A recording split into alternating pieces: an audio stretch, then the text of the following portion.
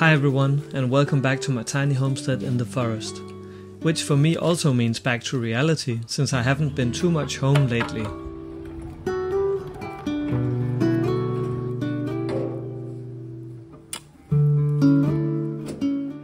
But managing an off-grid household is no small task, so now it's high time for me to get back to work.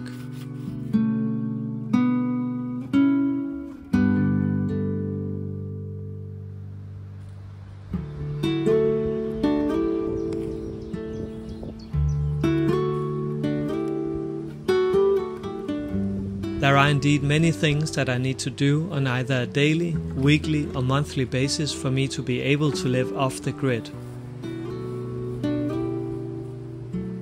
Things that you never have to do or even worry about in a normal house. And in this video I will show you some of the main chores and also challenges that I need to do to keep my off-grid household going and functioning on a daily basis.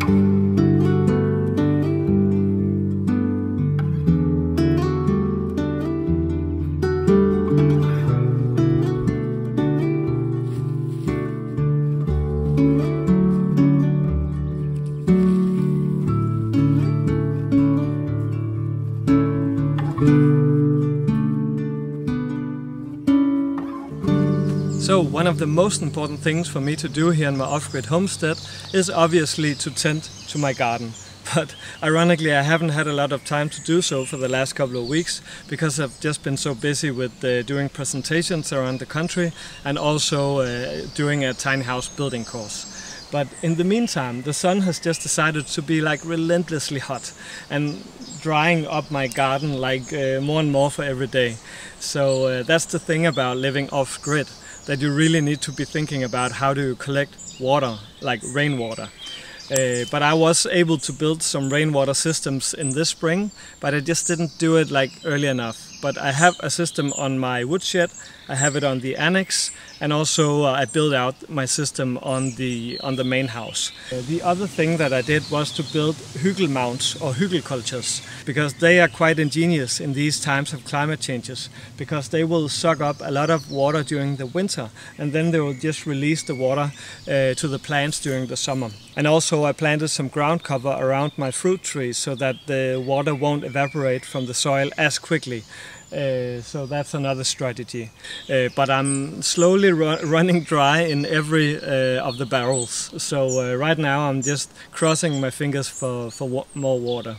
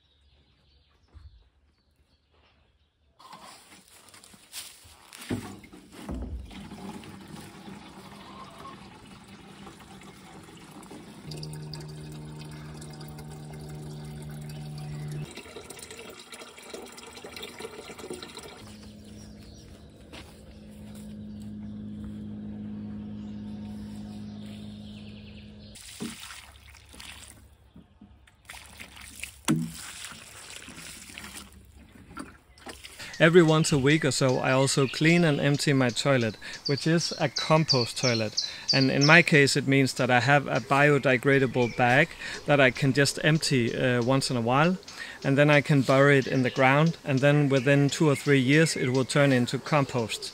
But luckily for me it only takes 2 or 3 minutes for me to clean it.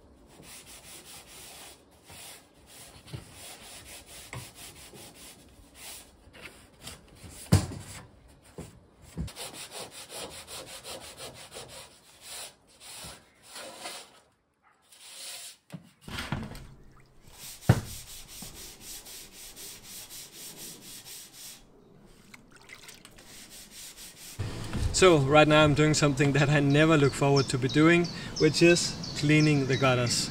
But obviously it's super important for me to have clean water here in my off-grid homestead. So it's something that I need to do every 6 months or so. So the process is that I remove these metal filters that actually filtrate most of the debris coming down from the trees. And then I need to scrub the gutters on the inside because there are some microparticles like pollen and such that the filters cannot take. And then obviously I need to rinse it with water so it becomes totally clean and screw the filters back on top again. And then I should be ready to go. And also actually I need to put some fresh sand into my sand filter, because all the water from the gutters, it runs down through a pipe and then into a sand filter before it enters the rainwater tank. So also every 6 months or so I change the sand in the sand filter. But it has been such a warm day today, so I just think that me and Bossy will go for a nice swim at the beach, and then I can just take some sand with me home and then put into the filter, and everything should be reset and ready to go.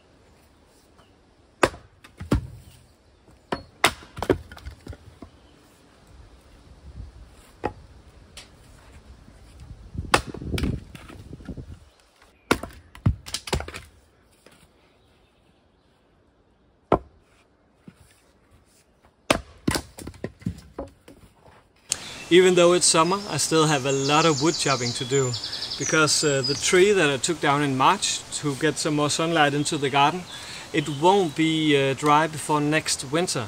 So that's also the thing about living off-grid, that you really learn how to plan ahead and also be mindful of your resources. And I think it also applies to like rainwater, as I talked about. Like, you need to look at the weather forecast and see how much water you can use and how long showers you can take. And also the batteries that are connected to the solar panels. Like, if it's a rainy day, you won't get as much power, so you need to be mindful of your consumption of resources. So that's a good thing about living off-grid, that I think you learn how to live more sustainably like that.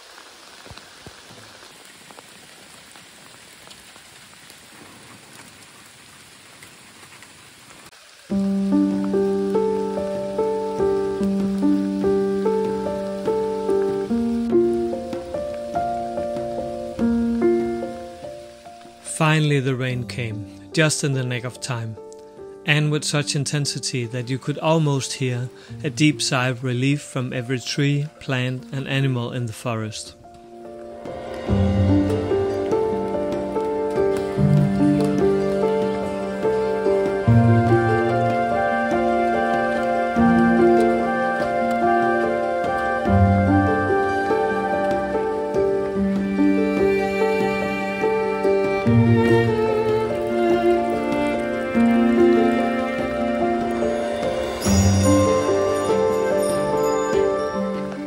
Now the balance is restored, and I have enough water in my rainwater tank to go a long way.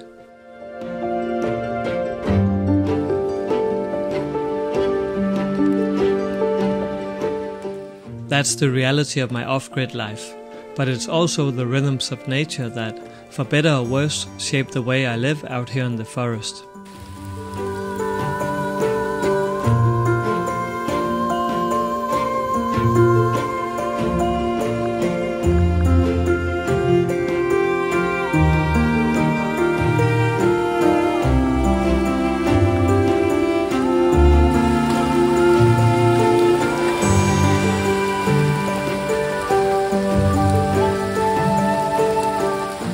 Thank you so much for watching this video. See you again next time.